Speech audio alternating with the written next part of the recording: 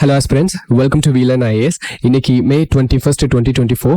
So இன்னைக்கு Hindu news பேப்பரில் வந்திருக்கிற இம்பார்ட்டன்ட் நியூஸ் ஆர்டிகல்ஸ் என்னென்ன அப்படின்னு பார்க்கலாம். ஸோ இந்த வீடியோட PDF நோட் உங்களுக்கு வேணும் அப்படின்னா அது நம்மளோட டெலிகிராம் சேனலில் இருக்குது. ஸோ அதுக்கான லிங்க் வந்து டிஸ்கிரிப்ஷனில் கொடுத்துருக்கேன், அதில் போய் டவுன்லோட் பண்ணிக்கோங்க. அண்ட் இன்னைக்கு நியூஸ் பேப்பரை எடுத்துட்டோம் அப்படின்னா இதில் வந்து இம்பார்ட்டன்ட் நியூஸ் ஆர்டிகல்ஸ் அப்படின்னு நிறைய இல்லை, கம்மியான நியூஸ் ஆர்டிகல்ஸ் தான் இருக்குது. அதில் ஃப்ரண்ட் பேஜில் வந்திருக்கிற இந்த ஆர்டிகல் இருக்கு இல்லையா, அதாவது helicopter crash kills Iran president and foreign minister அப்படின்னு.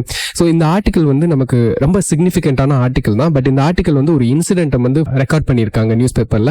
பட் இதுல வந்து நமக்கு இன்னுமே இன்டெப்தா நமக்கு வந்து பாயிண்ட்ஸ் வேணும். ஏன் அப்படின்னா இந்த இன்சிடென்ட் வந்து it's going to change the geopolitical conditions. அதனால நம்ம இன்னுமே டீடைல்டான ஆர்டிகல்ஸை இந்த வாரம் வந்து நம்ம எதிர்பார்க்கலாம். அப்போ நம்ம இதை வந்து கவர் பண்ணிக்கலாம். ஸோ இதே மாதிரி தான் இந்த ஆர்டிகலும் UK court allows WikiLeaks founder Assange to appeal extradition to US அப்படின்னு இந்த ஆர்டிகல் வந்திருக்கு. இதுலயுமே நமக்கு டீடைலா இன்டெப்தா பாயிண்ட்ஸ் வேணும். நம்ம எடிட்டோரியல் ஆர்டிகல் கூட இதுல இருந்து நம்ம பார்க்கலாம்.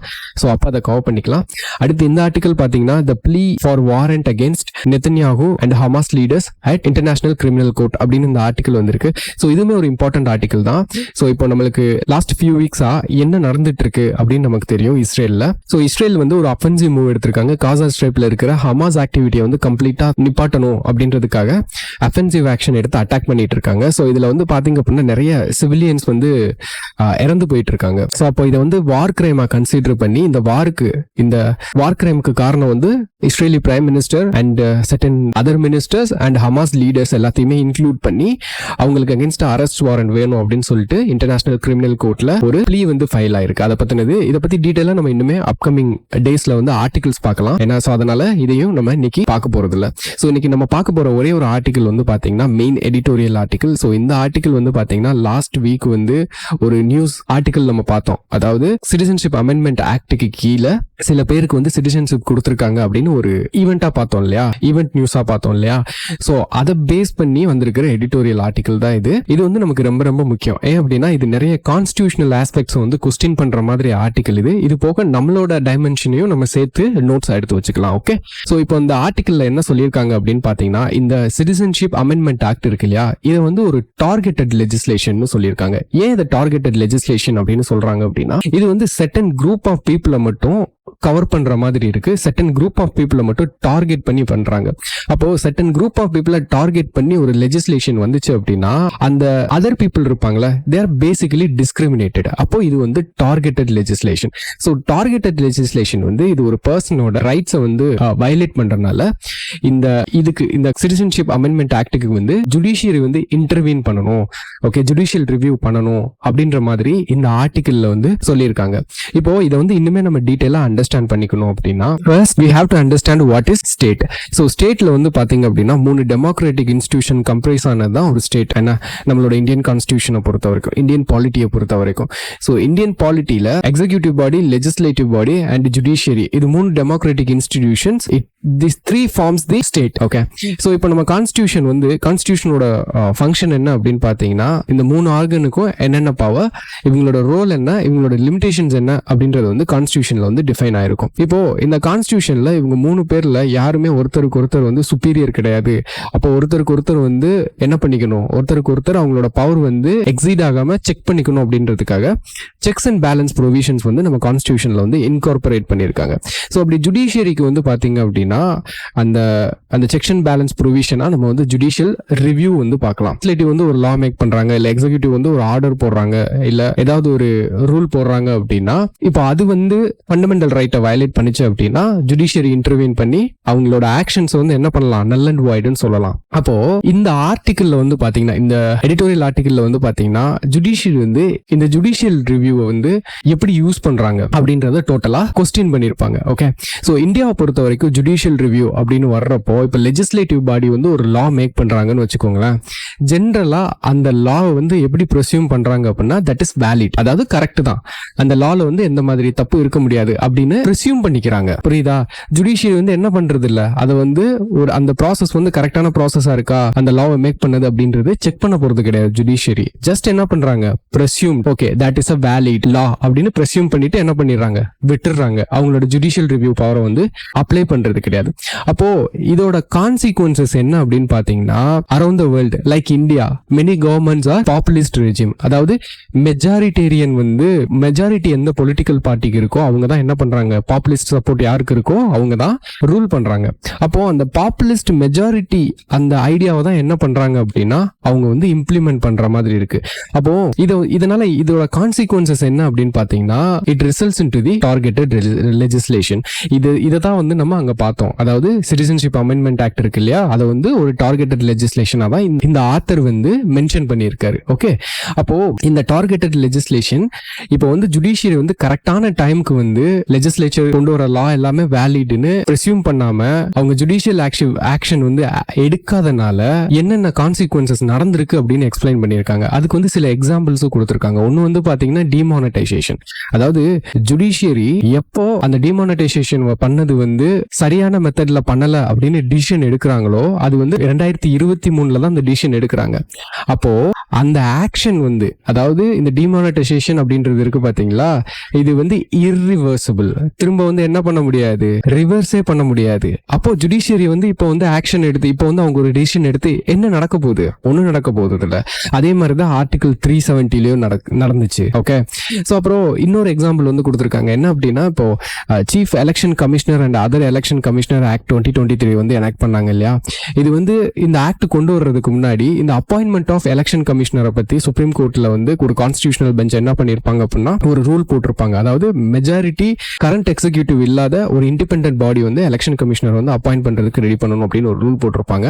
அதை ஓவர் ரீட் பண்ற மாதிரி இப்ப இருக்கிற கவர்மெண்ட் வந்து பாப்புலிஸ்ட் கவர்மெண்ட் இல்லையா, அதனால என்ன பண்றாங்கன்னா ஈஸியா ஒரு லெஜிஸ்லேஷனை பாஸ் பண்ணி அந்த சுப்ரீம் கோர்ட்டோட அந்த ரூலையே என்ன பண்றாங்க, ஓவர் ரீட் பண்ணிடுறாங்க. ஓகே, அப்போ இந்த ஆத்தர் என்ன சொல்லியிருக்காரு அப்படின்னா ஈவன் சுப்ரீம் கோர்ட்டோட அவங்களோட ஓன் ஜட்ஜ்மெண்ட்டையே அவங்களால காப்பாற்ற முடியல because we have a populist regime that is rule and it is focusing on targeted legislation அப்படின்னு சொல்லிட்டு ஆத்தர் சொல்லியிருக்காரு. ஸோ இதுதான் ஓவரால் இஷ்யூ. அதாவது 3 டெமோக்ராட்டிக் இன்ஸ்டிடியூஷன்ஸ் இருக்கு. நம்மளோட கான்ஸ்டிடியூஷனை பொறுத்த வரைக்கும் இந்த டெமோக்ராட்டிக் இன்ஸ்டிடியூஷனோட பவர்ஸ் ஆர் லிமிடெட். அப்போ இந்த லிமிடேஷனை வந்து எப்படி கான்ஸ்டிடியூஷன் என்ஷூர் பண்ணுது அப்படின்னா ஒரு இன்ஸ்டிடியூஷன் இன்னொரு இன்ஸ்டிடியூஷனை அதோட பவரை வந்து செக் பண்ற மாதிரி ஒரு பேலன்ஸ்டான ப்ரொவிஷன்ஸை வந்து உள்ள வச்சிருக்காங்க. அப்போ அதுல ஒரு சின்ன இம்பேலன்ஸ் நடந்தாலும் ஜுடிஷியரி வந்து இன்ஆக்டிவா இருந்தாலுமே அதோட கான்சிக்வன்சஸ் என்ன ஆகுது, ரொம்ப பெருசா இருக்கு. சில விஷயங்களை வந்து நம்ம என்ன பண்ண முடியாது, ரிவர்ஸே பண்ண முடியாது. Okay, that R irreversible. ஏன்னா அதுதான் இந்த ஆர்டிகிள்ல வந்து சொல்லியிருக்காங்க. அப்புறம் வந்து அமெரிக்கால என்ன நடந்துச்சு, இந்த மாதிரி பாப்புலிஸ்ட் ரூல் மூலியமா என்னென்ன மாதிரி நடந்துச்சு அப்படின்றத கூட டீடைலா இந்த ஆர்டிகிள்ல வந்து சில எக்ஸாம்பிள்ஸ் கொடுத்து எக்ஸ்பிளைன் பண்ணியிருக்காங்க. இப்போ இங்க நமக்கு என்ன கொஸ்டின் அப்படின்னா இப்போ ஜுடிஷியரி வந்து இன்சென்சிட்டிவ் அப்படின்னு சொல்லிட்டு இந்த ஆர்டிகிள்ல போட்டிருக்காங்க. ஏன்னா இப்ப நம்மளோட ஒப்பீனியன் என்ன அப்படின்னு பாத்தீங்கன்னா இந்த ஜுடிஷியரி வந்து நிஜமாவே இன்சென்சிட்டிவா இருக்கா அப்படின்றது நம்மளோட கொஸ்டின். சோ அப்போ இதுக்கு நம்ம வந்து பாத்தீங்கன்னா கான்ஸ்டிடியூஷன் அசம்பிளிலேயே இதுக்காக எந்த முடிவும் எடுக்க முடியாத ஒரு சிச்சுவேஷன்ல தான் இந்த கான்ஸ்டிடியூஷன் வந்து கிரியேட் பண்ணியிருக்காங்க. நம்மளோட கான்ஸ்டிடியூஷன்லயே ஒரு ஃப்ளா இருக்குங்க. ஈவன் அம்பேத்கரால கூட அந்த ஃப்ளாவை அப்போதைக்கு சரி பண்ண முடியல. அதை வச்சுக்கிட்டு தான் நம்ம இப்ப என்ன பண்ணிட்டு இருக்கோம், நம்மளோட என்டையர் இந்தியன் பாலிட்டியும் நம்ம ரன் பண்ணிட்டு இருக்கோம். ஓகே, சோ அது என்ன அப்படின்னா நம்மளோட ஜுடிஷியல் ரிவ்யூ இருக்கு இல்லையா. சோ ஜுடிஷியல் ரிவ்யூ வந்து கான்ஸ்டிடியூஷன்ல நிறைய ப்ரொவிஷன்ல இருந்து நம்ம என்ன பண்ணலாம், இன்டர்பிரேட் பண்ணலாம். ஓகே, டைரக்டா ஜுடிஷியல் ரிவ்யூன்ற வேர்டும் கான்ஸ்டிடியூஷன்ல இல்ல, டைரக்டா எந்த ப்ரொவிஷனும் கொடுக்கவும் இல்லை. ஓகே, நம்ம வந்து என்ன பண்ணிட்டு இருக்கோம், அதை வந்து இன்டர்பிரேட் பண்றோம் ஜுடிஷியல் ரிவ்யூ. அந்த மாதிரி நிறைய ஆர்டிகல்ல இருந்து நம்ம ஜுடிஷியல் ரிவ்யூ வந்து என்ன பண்ணலாம், இன்டர்பிரேட் பண்ணலாம். ஸோ அப்படி வந்து பாத்தீங்க அப்படின்னா ஆர்டிகல் 21ல வந்து பாத்தீங்கன்னா ப்ரொசீஜர் எஸ்டாப்ளிஷ் பை லா வந்து ப்ரொவைட் பண்ணிருப்பாங்க. ஓகே, ஸோ இந்த ப்ரொசீஜர் எஸ்டாப்ளிஷ் பை லா வந்து என்ன அப்படின்னா ஒரு லா வந்து லெஜிஸ்லேச்சர் மேக் பண்றாங்க அப்படின்னா அந்த லால என்ன இருந்தாலும் சரி it cannot be question even by the judiciary. அதுதான் இந்த ப்ரொசீஜர் எஸ்டாப்ளிஷ் பை லாக்கு வந்து அர்த்தம். ஏன்னா அதே மாதிரி அமெரிக்கன் கான்ஸ்டிடியூஷன்ல வந்து பாத்தீங்கன்னா டியூ ப்ராசஸ் இருக்கும். ஸோ டியூ ப்ராசஸ் அப்படின்றது வந்து பாத்தீங்கன்னா ஒரிஜினலா யூகேல உள்ளது, பட் அது அமெரிக்கா அடாப்ட் பண்ணிருப்பாங்க. அதுக்கப்புறம் யூகேல அந்த டியூ ப்ராசஸ் வந்து ரிமூவ் பண்ணிருப்பாங்க. பட் அமெரிக்கால இன்னும் யூஎஸ்ஏல இன்னும் இதை வந்து ஃபாலோ பண்ணிட்டு இருக்காங்க டியூ ப்ராசஸ். டியூ ப்ராசஸ்னா என்ன அப்படின்னா ஒரு லா வருது அப்படின்னா அந்த லா வந்து ஃபேர் அண்ட் ஜஸ்டா இருக்கணும். ஏன்னா அது வந்து ஃபண்டமெண்டல் ரைட்டு எதையுமே வயலேட் பண்ணக்கூடாது. அப்போ இதுவுமே இந்த டியூ ப்ராசஸ் இருந்துச்சு அப்படின்னா ஜுடிஷியரிக்கு வந்து ஒரு லாவை ஸ்க்ரூட்டினைஸ் பண்ணக்கூடிய பவர் வந்து இருக்கு அப்படின்னு அர்த்தம். ஏன்னா இப்போ கான்ஸ்டிடியூயன்ட் அசம்பிளில வந்து பாத்தீங்கன்னா ஒரு டிபேட் நடக்குது. அதுல என்ன அப்படின்னா இந்த ப்ரொசீஜர் எஸ்டாப்ளிஷ் பை லா வந்து பாத்தீங்கன்னா ஜப்பான் கான்ஸ்டிடியூஷன்ல இருந்து எடுத்திருப்பாங்க. அப்போ ஜப்பான் கான்ஸ்டிடியூஷன் வந்து நம்மளோட கான்ஸ்டிடியூஷன் அசம்பிளி டிபேட் நடக்கிறப்போ வெறும் 2 வருஷம் ஓல்டு தான். ஓகே, அதுவுமே ஒரு புது கான்ஸ்டிடியூஷன் தான். அதுல இருந்து நம்ம எடுத்து வச்சிருக்கோம். அப்போ கான்ஸ்டிடியூஷன் அசம்பிளில வந்து ஒரு டிபேட் போகுது. என்ன போகுது அப்படின்னா, இந்த மாதிரி நீங்க வந்து ஜப்பான்ல கான்ஸ்டிடியூஷன்ல இருந்து இந்த ஒரு பர்டிகுலர் டேர்மை மட்டும் எடுத்து வைக்கிறீங்களே, அப்போ அந்த கான்ஸ்டிடியூஷன்ல இருக்கிற இதோட அசோசியேட்டட் அதர் ப்ரொவிஷன்ஸையும் நீங்க வச்சாதான் இது ஃபுல்ஃபில் ஆகும் அப்படின்லாம் டிபேட் போயிருக்கும். ஏன்னா அப்போ இந்த டிபேட் வந்து பெருசாகி நம்ம டியூ ப்ராசஸ் வைக்கிறதா இல்ல ப்ரொசீஜர் எஸ்டாப்ளிஷ் பை லா வைக்கிறதா அப்படின்னு சொல்லிட்டு இந்த டிபேட் போயிட்டே இருந்திருக்கும். ஓகே, அப்பதான் வந்து பாத்தீங்க அப்படின்னா அம்பேத்கருமே இதுல முடிவெடுக்க முடியாம ஒரு ஆம்பிவேலன்ட் சிச்சுவேஷன்ல தான் இருப்பாரு. அப்போ மெஜாரிட்டியா கான்ஸ்டிடியூஷன் அசம்பிளில என்ன டிசைட் பண்ணிருப்பாங்கன்னா ப்ரொசீஜர் எஸ்டாப்ளிஷ் பை லா வந்து கொண்டு வரலாம் அப்படின்னு டிசைட் பண்ணிருப்பாங்க. ஸோ அதுதான் வந்து பாத்தீங்க அப்படின்னா டியூ ப்ராசஸை ரிஜெக்ட் பண்ணிட்டு ப்ரொசீஜர் எஸ்டாப்ளிஷ் பை லா அப்படின்ற வேர்டை வந்து நம்ம கான்ஸ்டிடியூஷன்ல இன்சர்ட் பண்ணிருப்பாங்க. இப்போ அந்த மேட்டர் வந்து முடிஞ்சிச்சு, அந்த விஷயம் வந்து முடிஞ்சு கான்ஸ்டிடியூஷன்ல வந்து எதை வைக்கணும் அப்படின்னு டிசைட் பண்ணி வச்சுட்டாங்க. ஆனா சுப்ரீம் கோர்ட் அதுக்கடுத்து நிறைய கேசஸ்ல வந்து என்ன அப்படின்னா இதோட ஸ்கோப்பையே மாத்துறாங்க இன்டர்பிரட் பண்ணி. ஓகே, வேற மாதிரி ஸ்டாண்ட்ஸ் எடுக்கிறாங்க. சரி, ஃபார் எக்ஸாம்பிள் வந்து பாத்தீங்கன்னா 1950ல ஏகே கோபாலன் கேஸ்ல வந்து பாத்தீங்கன்னா அதாவது லா குட் நாட் பி கொஸ்டின்ட், அதாவது லெஜிஸ்லேச்சர் என்ன ஒரு லா வந்து மேக் பண்றாங்களோ அந்த லா வந்து ஜுடிஷியரி வந்து கொஸ்டின் பண்ண முடியாது அப்படின்றத ஏகே கோபாலன் கேஸ்ல வந்து முடிவெடுக்கிறாங்க. அடுத்து வந்து பாத்தீங்க அப்படின்னா மேனகா காந்தி கேஸ்ல 1978ல வந்து பாத்தீங்கன்னா இந்த procedure establish by law by inherently இது வந்து ஃபேர் அண்ட் ஜஸ்டா இருக்கணும் அப்படின்னு இன்டர்பிரேட் பண்றாங்க. இப்ப வரைக்கும் இந்த ஜுடிஷியரியோட இன்டர்பிரேஷன் மாறிக்கிட்டே தான் போகுது. லைக் எப்படி அம்பேத்கரால டிசிஷன் எடுக்க முடியலையோ அப்போ, ஏன்னா அவர் தான் டிராஃப்டிங் கமிட்டியோட சேர்மன். ஓகே, ஸோ எப்படி அவரால் முடிவு எடுக்க முடியலையோ அதே மாதிரி இன்ன வரைக்கும் ஏன்னா இந்த ஒரு டசல் போயிட்டே இருக்கு. ஓகே, அதாவது Indian constitution provides due process of law or not and procedure establish by law வந்து ஃபேர் அண்ட் ஜஸ்டா இருக்கணுமா இல்ல அப்படியே நம்ம ஃபாலோ பண்ணணுமா, அதுல என்ன வந்தாலும் அது வேலிடா அப்படின்றது போயிட்டே இருக்கு. அப்போ இந்த மாதிரி ஒரு சிச்சுவேஷன்ல நம்மளோட ஜுடிஷியரியால என்ன பண்ண முடியாது, ஜுடிஷியல் ரிவ்யூ வந்து அப்ளை பண்றது இல்ல. புரியுதா? இது வந்து பாத்தீங்கன்னா நம்ம கான்ஸ்டிடியூஷன்ல இருக்கிற ஒரு ஃப்ளா. ஓகே, அப்போ நம்ம இதுல வந்து பொட்டன்ஷியலா கொஸ்டின்ஸ் வந்து எதிர்பார்க்கலாம் இந்த டாபிக்ல. ஓகே, நமக்கு வந்து அண்டர்ஸ்டாண்டிங் வந்து ரொம்ப ரொம்ப ரொம்ப முக்கியம். இதுல இன்னொரு பிரச்சனை என்னன்னு பாத்தீங்க அப்படின்னா, இப்ப டியூ ப்ராசஸ் லாவே இருக்குன்னு வச்சுக்கோ, procedure that is fair and just இது வந்து வேலிட் அப்படின்னு ஜுடிஷியரி இன்டர்பிரேட் பண்ற மாதிரி நம்ம எடுத்துக்கிட்டாலுமே ஜுடிஷியரி எடுக்கிற முடிவு அப்சல்யூட்டா ரைட்டா தான் இருக்கும்னு எப்படி சொல்ல முடியும்? See, they are also decision making body இல்லையா? அவங்க எப்படி எப்பவுமே ரைட்டா தான் முடிவு எடுப்பாங்கன்னு சொல்ல முடியும்? ஓகே, எப்படி லெஜிஸ்லேச்சர் வந்து பாத்தீங்க அப்படின்னா டார்கெட்டட் லெஜிஸ்லேஷனை வந்து மெஜாரிட்டி சப்போர்ட்னால எடுக்கிறாங்களோ அதே மாதிரி இங்கேயுமே ப்ரீ கன்சீவ்டு நோஷன்ஸ் இருக்கும், அவங்களோட பர்சனல் ஒப்பீனியன்ஸ் இதெல்லாம் அவங்களோட டிசிஷன்ஸை இன்ஃப்ளூயன்ஸ் பண்றதுக்கு வாய்ப்பு இருக்கு இல்லையா?